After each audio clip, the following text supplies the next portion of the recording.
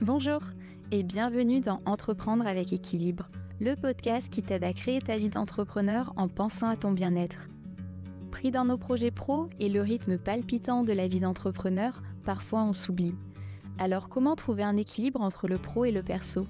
Comment soigner sa santé physique et mentale en gérant son business? Comment entreprendre et profiter pleinement de sa vie? Si tu te poses ces questions, ce podcast est fait pour toi. Chaque mois, découvre des épisodes pour t'aider à mener une vie harmonieuse et épanouissante.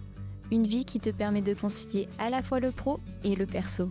Une vie qui te permet de trouver ton propre équilibre. Bonjour et bienvenue dans cet épisode spécial entrepreneur avec Sarah Piotrowski. Sarah va nous partager son histoire, comment elle a créé sa marque de produits beauté, respectueux de la peau, et Made in Normandie. Bonjour Sarah, je suis ravie de t'accueillir sur le podcast. Bonjour, je suis ravie que tu m'accueilles en ce jour gris. Oui, il fait froid ici à Paris. Il fait très froid. Alors avant de plonger au cœur de ton histoire, comme tu le sais, j'ai un petit rituel que je propose à mes invités pour permettre aux auditeurs et auditrices d'en savoir un peu plus sur toi. Et pour ce jeu, on a besoin de 2 vérités et un mensonge sur toi. Le but étant de découvrir le mensonge qui sera bien sûr dévoilé à la fin de l'épisode. Est-ce que tu peux nous dire 3 choses sur toi? Alors, première info, j'ai failli être danseuse professionnelle. OK, Deuxième info, j'ai partagé un repas avec Leonardo DiCaprio. OK, Troisième info, je devais être vétérinaire. OK. Trois infos complètement différentes. Tu brouilles les pistes là. En tout cas, j'ai hâte d'en savoir plus à la fin de l'épisode. Mhm. Alors pour commencer, est-ce que tu peux te présenter en quelques lignes pour celles et ceux qui ne te connaissent pas? Alors, Sarah Piotrowski, 38 ans. Je suis entre la Normandie et Paris. J'aime bien bouger. J'ai fait 2 écoles de commerce, une en entrepreneuriat et une autre en développement durable. Je suis très intéressée par, faire des économies aux entreprises et surtout, voir quel impact l'humain a, sur la planète. Je suis très engagée là-dedans. Mon envie d'aider les autres vient du fait que je suis née avec un problème de santé, avec une malformation cardiaque Mmh. rare. J'ai eu la chance d'être sauvée par un chirurgien super, français et je crois que ça m'a donné envie justement le fait d'avoir la chance d'être en vie. Ça m'a donné cet objectif d'aider les autres et de faire, de m'améliorer à longueur de temps et surtout de prendre en compte, l'environnement et ce qui nous impacte aussi. Oui, c'est vrai qu'on le voit que que c'est aussi, un court-circuit et justement, que c'est un produit fait en France avec, que vous essayez d'être le plus respectueux de l'environnement et que vous luttez aussi contre, le fait d'utiliser plein de produits puisqu'on arrive à avoir, plein de produits en un. Oui, en fait, ce qui se passe, c'est que moi, j'ai travaillé 13 ans dans les cosmétiques et j'ai pu voir, ce qui était fait, comment et en fait, genre, j'ai eu un peu marre de voir qu'on nous vendait, tout et n'importe quoi et surtout qu'on nous vendait, un produit pour une seule fonctionnalité. Mmh. Alors qu'en fait, bah, tu vas retrouver les mêmes ingrédients dans différents produits où on va marketer que, bah, voilà, le produit a une autre fonction. Sachant que les cosmétiques, c'est de la chimie, donc déjà, j'ai fait ce premier constat-là et en plus, bah, en fait, les problèmes de peau, c'est un problème, qui explose maintenant, qui était un peu méconnu, les gens en parlent moins, mais les problèmes de peau, tout le monde en a et c'est surtout ça crée surtout un mal-être social Oui. et moi, je l'ai vu, bon, le fait que j'ai une cicatrice, j'ai subi, du harcèlement et cetera, que ce soit à l'école ou en entreprise et je sais qu'on a cette pression comme ça, de à la fois, de la population, de l'environnement, de qui nous pousse à être, il faut être parfait, les réseaux sociaux encore pire avec les filtres et tout, alors qu'en fait, et ben, il y a beaucoup, beaucoup de personnes qui ont des problèmes de peau et on en parle moins et c'est un vrai mal-être, social. Donc moi, j'ai voulu combiner les 2. J'ai dit: «Bon, je fais une marque saine made in Normandie en circuit court avec des produits multifonctions pour consommer moins mais mieux, mais en même temps, on va répondre aux problèmes des gens». Il faut savoir que tu as 1 personne sur 4 qui a des problèmes de peau et 80 d'entre elles, c'est créé ou accentué par le psychologique. OK. Donc moi, j'ai décidé de prendre sa globalité, vraiment le côté bien-être. Pour moi, les 3 piliers du bien-être, c'est la peau, le système digestif et le système nerveux. Voilà. Mmh. Tu as du stress, ça va avoir un impact sur l'interne et ça va créer, des désagréments au niveau de la peau. Ça a explosé, les problèmes de peau ont «explosé» entre guillemets, ont été mis en valeur avec la Covid, le confinement, la sédentarité, le problème d'alimentation. Il y a eu beaucoup d'eczéma, et cetera. Il faut savoir que quand on a comme ça un problème de peau, en fait, ça nous montre juste qu'en interne, il y a un dérèglement. Ouais. Donc ça ne veut pas dire que le dérèglement est grave, c'est pas ça. Mmh. Peut-être tu bois pas assez ou tu bois trop de thé, c'est trop diurétique, donc ça dessèche la peau. Et en fait, moi, je suis dans l'objectif de faire de l'éducation, réapprendre aux gens un peu ce qu'est le bien-être, comment regarder un peu et analyser sa peau et voir qu'en fait, il y a un petit dysfonctionnement. Moi, par exemple, je sais qu'en hiver, j'ai la peau qui va être un peu plus sèche. Je sais Mmh. qu'il faut que je boive un peu plus. Mais attention, je bois pas trop de thé vert, même si j'adore ça, le thé, la tisane, Mmh. parce que ça, c'est trop diurétique. Et donc, ce qui fait que ça va encore plus me dessécher la peau. Donc voilà, Ouais. j'essaye de faire un accompagnement comme ça et j'essaye aussi de montrer aux gens qu'en fait, parfois, avec des petits trucs et astuces, on peut Mmh. sentir mieux. Et en fait, la peau, c'est le miroir des émotions et du fonctionnement interne. Donc, faut vraiment, voilà, se regarder, s'analyser, pas non plus trop se tarabiscoter le cerveau, mais voilà, la peau nous montre certaines informations.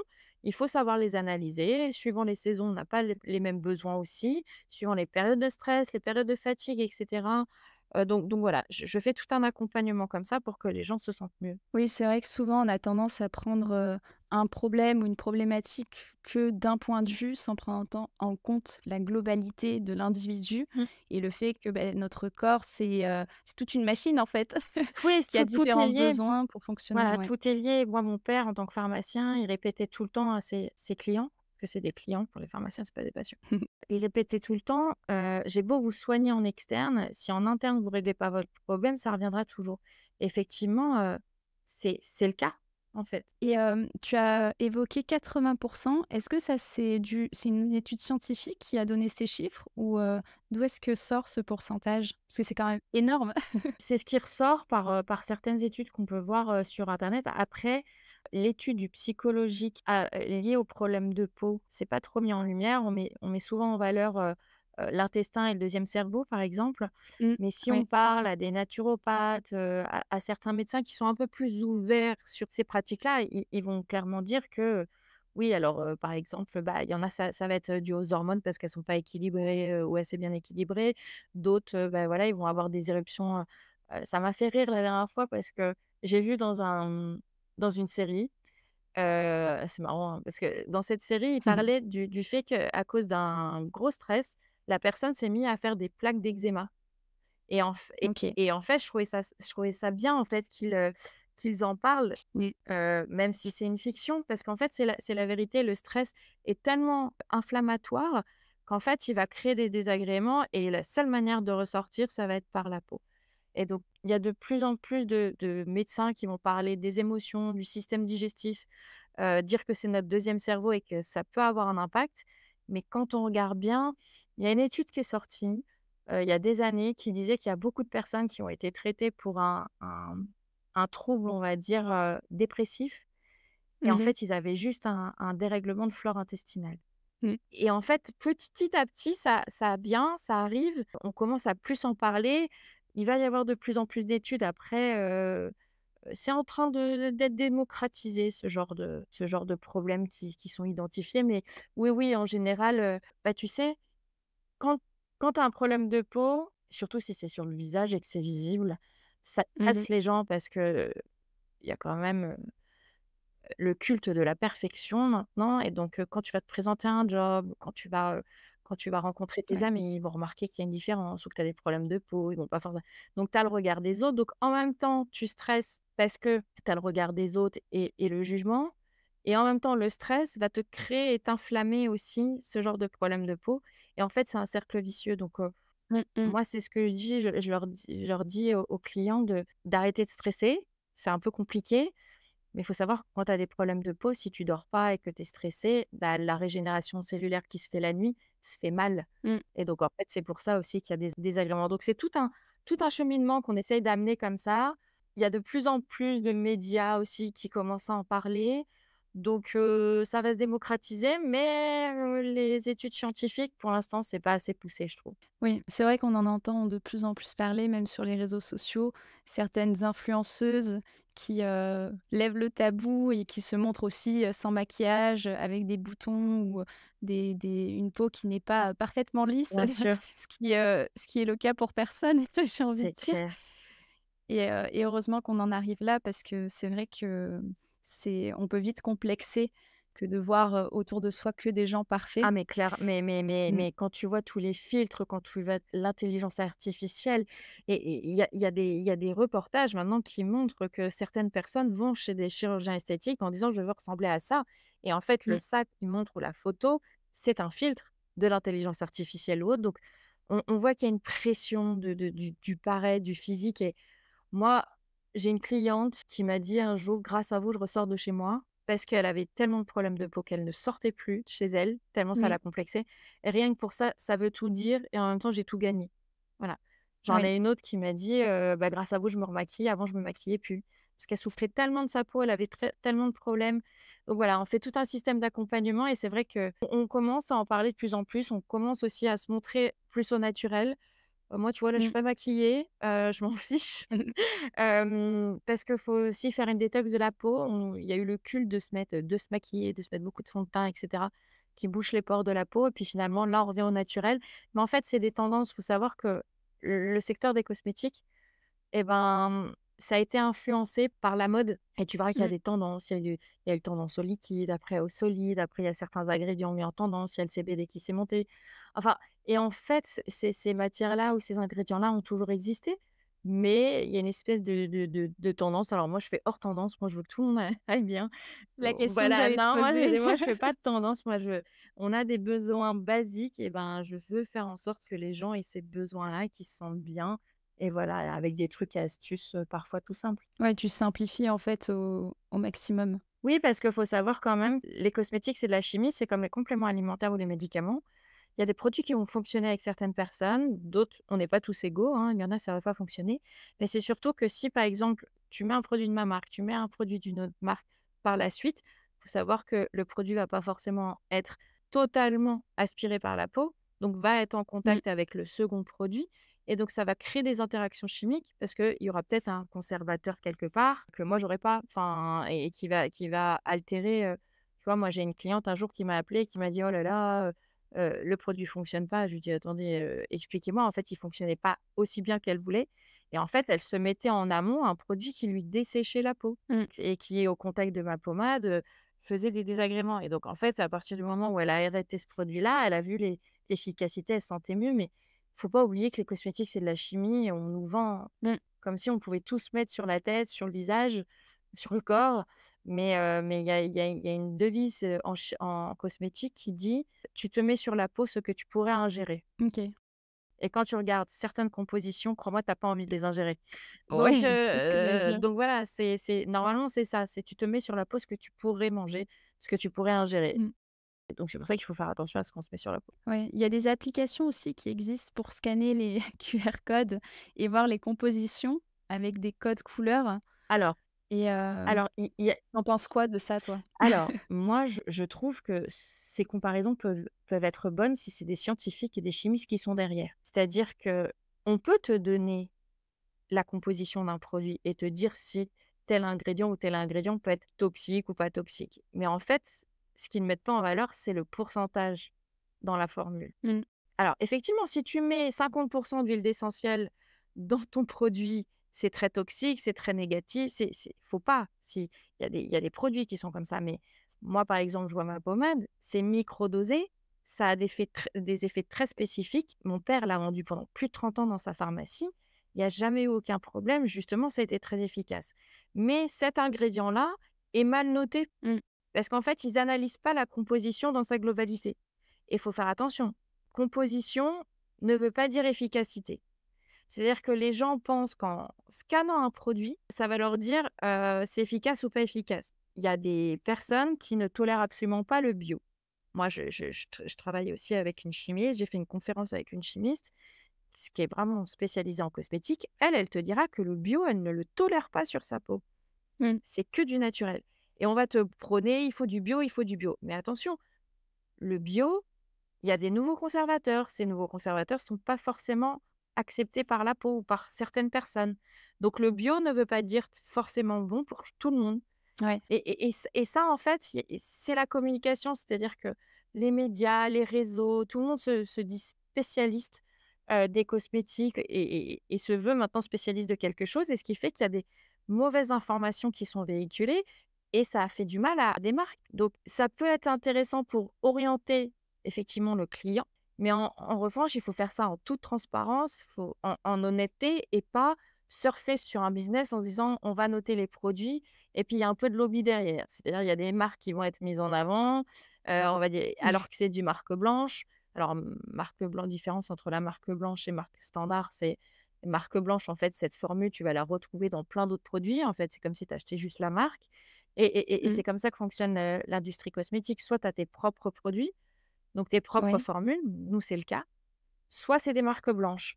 Moi, c'est pas du tout des marques blanches. Alors forcément, toutes les marques que je connais qui ont des formules en marque blanche, c'est très bien noté parce qu'elles achètent toutes la même formule et c'est pour les mettre aussi en valeur parce que c'est du marketing, parce qu'il y a un lobby et cetera et je trouve ça dommage parce qu'il y a des vraies belles marques qui sont un peu cassées par ce genre d'application et le message est pas forcément bien intégré par les consommateurs. Oui, donc à utiliser avec précaution en gardant à Parcimonie. l'esprit ouais, en gardant à l'esprit que ça permet d'avoir certaines informations, mais derrière, s'informer, en Ouais. fait, c'est aussi, important parce qu'on peut avoir juste, un aspect Mmh. et comme tu disais là, avec le pourcentage de la composition, on va peut-être voir certains, ingrédients Ouais. qui vont être indiqués qui seront à risque ou qui, sont considérés comme, modérés ou qui sont pas vraiment verts et qui, en fait, à très petite dose peuvent, être bénéfiques. C'est ça et après, il faut savoir aussi une chose, c'est que, par exemple, pour le bio, il y en a plein qui disent: «Il faut absolument du bio», mais il y a certaines matières premières, quand tu les prends en bio, elles ont moins d'efficacité. Mmh. On ne sait pas pourquoi, enfin, il y a des études, il y a des choses derrière, mais c'est faut pas se dire: «Faut absolument du bio, du bio». Du moment que c'est du naturel, du moment que la matière première, elle fait pas 3 fois le tour de la planète et qu'elle est efficace, le reste, voilà. Ouais et toi, comment tu fais pour prendre soin de ta peau hors produits que tu utilises? Est-ce que tu as des astuces à nous partager? Alors, la première des choses, c'est je me maquille pas à outrance, je me bouge pas les pores de la peau. Je me fais aussi des détox, j'appelle ça des détox de la peau, c'est-à-dire que je vais pas me maquiller, pendant, plusieurs jours OK. pour ne pas l'obstruer. On est quand même dans un monde où il y a beaucoup de pollution, avec, nos changements d'hormones et cetera.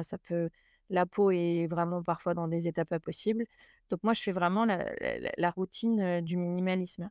Je fais attention à mon alimentation, faut savoir que l'alimentation est très, très importante et je bois beaucoup d'eau.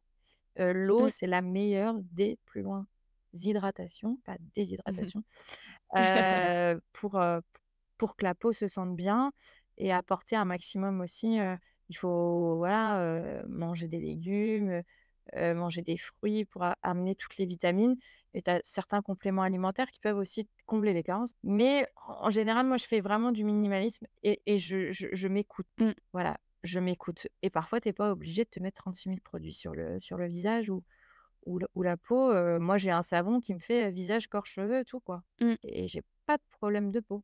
Ouais. Par contre, avec l'hiver, avec le froid, avec le vent, hop, ça peut me ça peut m'assécher ou autre et ça peut me rendre, donner des tiraillements. Bah, je sais qu'à ce moment-là, je me mets, ma pommade qui est un peu plus riche et tout pour, justement, protéger cette barrière cutanée. Mmh. Bien dormir aussi, c'est très important. Avoir un sommeil Ouais. reposé, si tu fais des sommeils par à-coups, tu verras, tu vas te lever, le teint va être terne, il faut vraiment, limiter son stress, faire attention à l'alimentation et au système digestif, Moi, je suis très, dans l'analyse, Mmh. pas m'en rendre malade, mais là, je sais que j'ai un peu trop mangé avec les fêtes ou autre, hop, je me fais un jeûne. Ça fait vachement bien le jeûne. Tu rééquilibres derrière, Je rééquilibre tout le temps parce qu'en fait, le corps, c'est comme une passoire, hein, ou un filtre à Mmh. café. Donc à un moment donné, c'est obstrué. Donc si tu le nettoies pas, si tu le vidanges pas, si tu prends pas soin de lui, au bout d'un moment, il pète et c'est normal. Ouais et pour le jeûne, comment tu fais? Est-ce que tu as des, ressources qui t'aident à savoir comment jeûner? Moi, je me fais, l'intermittent. C'est-à-dire que, bah, déjà, je m'écoute, mais je sais que parfois, je sens que mon corps me dit: «Ouh là, tu un peu trop mangé». Donc ce que je fais, c'est que je me fais régulièrement le jeûne où je mange entre, 12:00 et 20:00 et je mange pas entre 20:00 et midi. Mais par contre, je bois beaucoup d'eau et cetera, ça m'arrive aussi de me faire une purge, de temps en temps. Ça fait beaucoup de bien, ça permet de retrouver de l'énergie. Après, si on veut vraiment faire un jeûne, de 5 jours, il faut être encadré. Oui, Faut pas être tout seul, faut être encadré parce que, ça peut créer des maux de tête, ça peut créer, puis c'est surtout si tu pas en forme, si tu as des maladies, si tu es sous médicaments, faut faire très attention.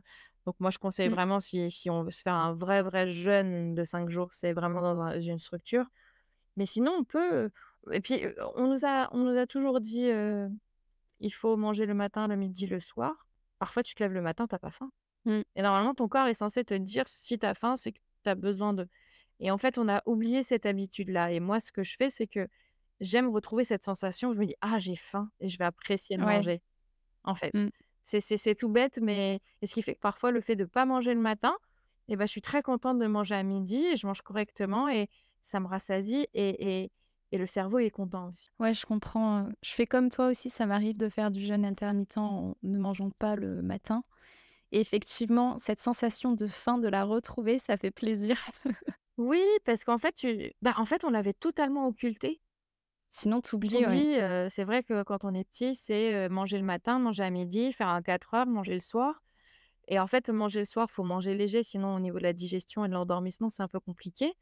Mais Mmh. mais ça, on a perdu ces valeurs-là et je trouve ça dommage parce que, bah, finalement, c'est ce qui crée aussi, les dérèglements, l'obésité, ce genre de choses. C'est-à-dire que on est devenu beaucoup plus sédentaire qu'avant Mmh. et on stocke et c'est pas bon et parfois, bah, faut se laisser le corps, il nous remercie tellement d'avoir laissé les intestins au repos, c'est incroyable. Ouais, d'être vraiment à l'écoute de son propre corps. Ça, il faut vraiment être à l'écoute de son corps. Et est-ce qu'à contrario, il y a des erreurs à éviter selon toi? Pour la peau notamment? Des erreurs à éviter, Pour la peau, donc tu nous disais notamment de pas, superposer plusieurs oui, produits parce qu'il peut y avoir une réaction oui. chimique. Est-ce qu'il y en aurait d'autres? Il faut, par exemple, tout ce qui est, les eaux micellaires ou ce genre de choses, faut faire très attention parce qu'en fait, ça a tendance à décaper la peau. C'est ultra Mmh. chimique, mais il y a marqué eau, en fait, c'est ultra chimique. Moi, je sais que ça m'a décapé la peau et je fais très attention. Il faut savoir que la peau est grasse, donc faut traiter le gras par le gras. C'est quand j'étais chez Clarins, c'est ce qu'on m'avait appris et il faut le fait de trop décaper au bout d'un moment, c'est ce qui rend plus tard dans la vie les peaux très sèches quand on vieillit. Il faut savoir que plus on vieillit, plus on perd de l'eau, plus on Mmh. s'assèche et à force de décaper, si on décape trop tôt, ben, on va perdre justement cette élasticité, cette eau et cetera et ce qui fait que ça rend des peaux vraiment ridées ou autres et il faut faire très, très attention à ça donc Mmh. faut vraiment faire attention à ce qu'on se met sur la peau. Il faut pas parce qu'on voit un influenceur qui dit: «Ouais, moi j'ai fait ci ou ça» ou c'est comme ces personnes qui disent: «J'ai perdu tant de poids, grâce à tel médicament». Faut faire hyper attention parce qu'en fait, sur le moment, on se rend pas compte, mais plus tard, ça peut avoir un impact. Ouais. Oui, c'est pas forcément adapté à son propre corps, Non. mmh. Tu dis qu'on a tous des peaux grasses, même ceux qui ont la peau sèche? Non, à la base, la composition de la peau est quand même constituée de gras. Après, ça OK. dépend les couches de ta peau, mais oui, il y en a qui ont des peaux sèches, bah, d'ailleurs, quand tu as une peau sèche, en général, tu vois sur la crème, on te dit: «Crème hydratante» Ouais. et dans l'inconscient des gens, on te dit: «Oh là là, c'est bourré d'eau», donc ça va amener de l'eau par l'extérieur. Alors la meilleure des plus loin, l'hydratation, c'est vraiment boire de l'eau, mais en fait, une crème hydratante va pas t'hydrater forcément avec l'eau. Ça va te mettre un film protecteur sur la peau pour éviter que la peau l'eau s'évapore Mmh. et pour Mmh. éviter que la peau soit sèche et donc c'est du gras, en fait, qu'on te met, comme film Ouais. protecteur. Mais la peau, tu peux savoir à travers la peau, à travers la laine, à travers tout ça si le fonctionnement interne, il va bien. Moi, mon Mmh. mon cardiologue, à chaque fois, il me regardait la couleur des ongles, l'intérieur de l'œil, comment était ma peau pour, Mmh. savoir, si j'étais en bonne santé. C'est des indicateurs comme ça qui sont très importants. Complètement, ouais. Je te rejoins là-dessus et on en revient à ce qu'on disait au départ que le corps est tout un écosystème, toute une machine C'est ça. et du coup qui fonctionne dans sa globalité et des fois on peut avoir une douleur à un endroit mais finalement, la cause peut être, à un autre endroit. Et autre part, bien sûr. Ouais. Mmh.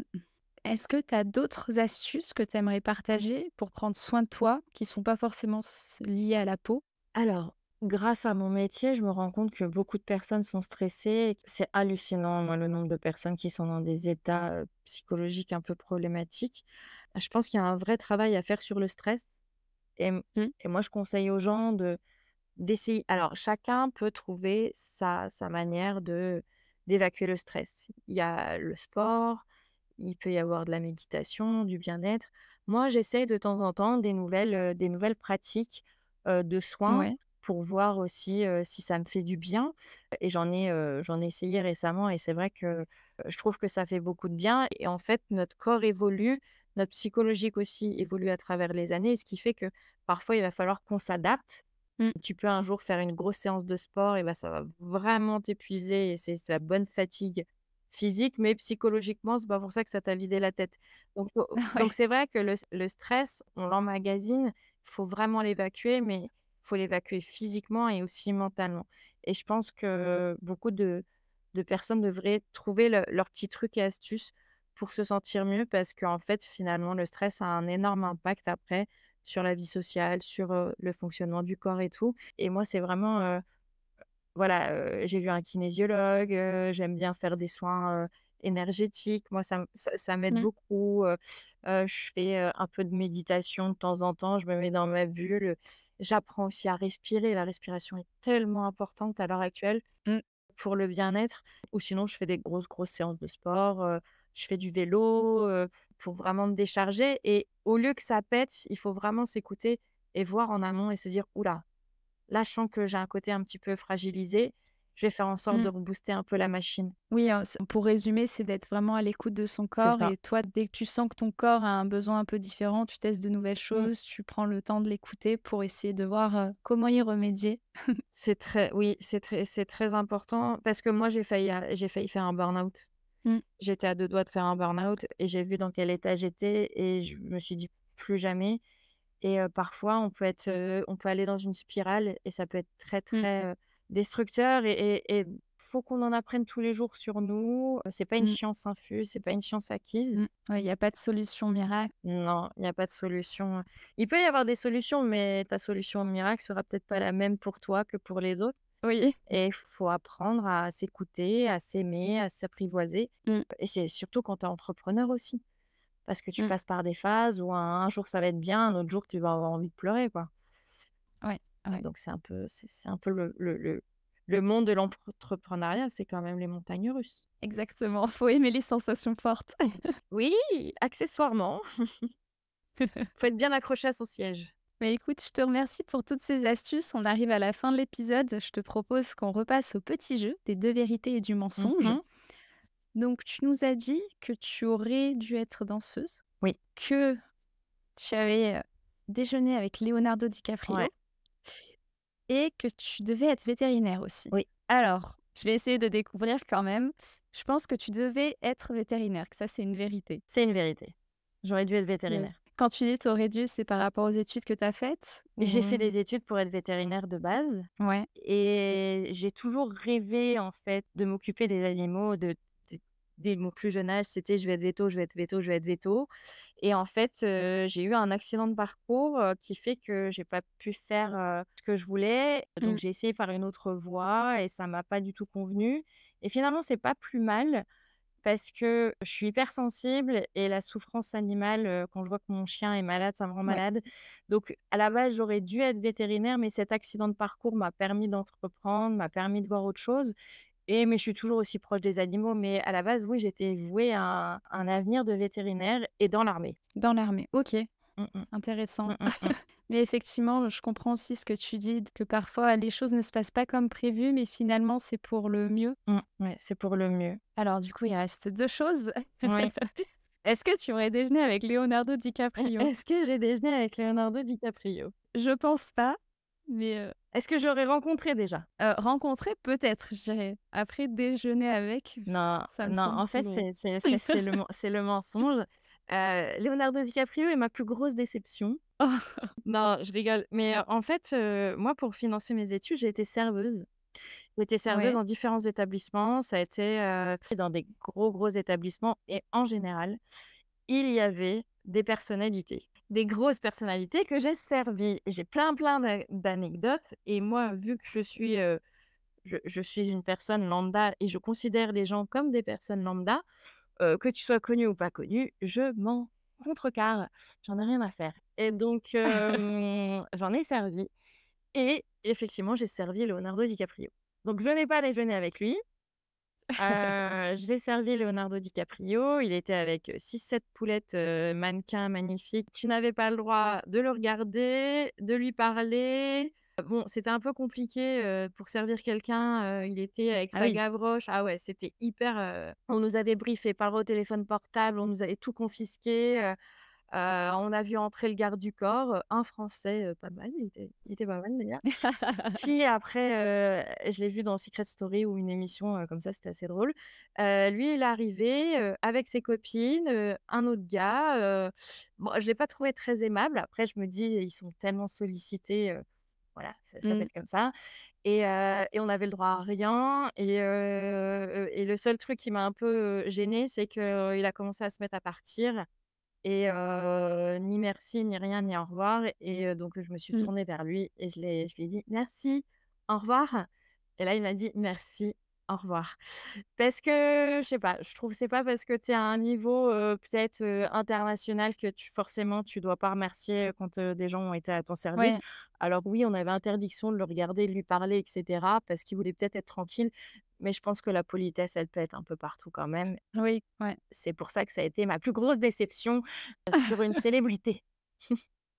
Ouais, je comprends. Oui, j'aime bien Henry et peut-être qu'il était dans un mauvais jour, je le connais pas. Ouais. Après, il y a d'autres célébrités que j'ai servies et ils nous ont laissé la moitié du gâteau, ils nous ont laissé du pourboire, ils étaient super Mmh. contents, voilà, moi j'ai plein d'anecdotes, très marrantes quoi, genre, parce que j'ai vraiment travaillé dans un établissement hyper tendance. Mmh. Et donc ça veut dire que tu aurais dû être danseuse? Oui, en fait, en parallèle de mes études de véto, je faisais de la danse à haut niveau.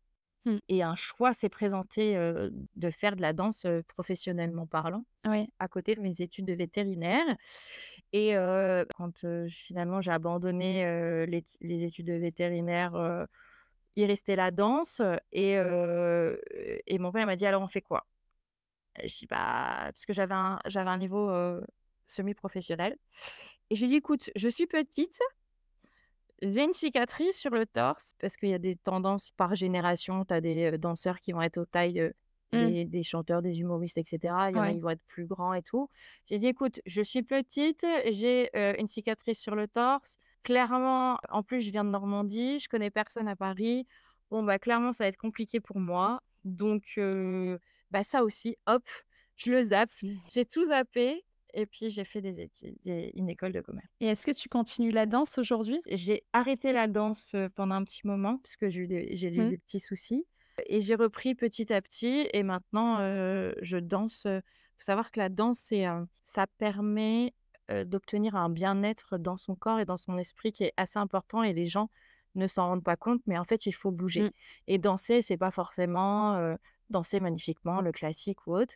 Mmh. C'est vraiment bouger et bouger permet d'évacuer, des tensions et cetera et oui, j'adore faire danser les gens, j'adore entraîner, je trouve que, danser, c'est un moment de partage et ça permet de créer des liens et de tout Mmh. évacuer et de penser à autre chose et on se regarde pas et on n'est pas là pour se juger, quoi. Ouais, c'est libérateur.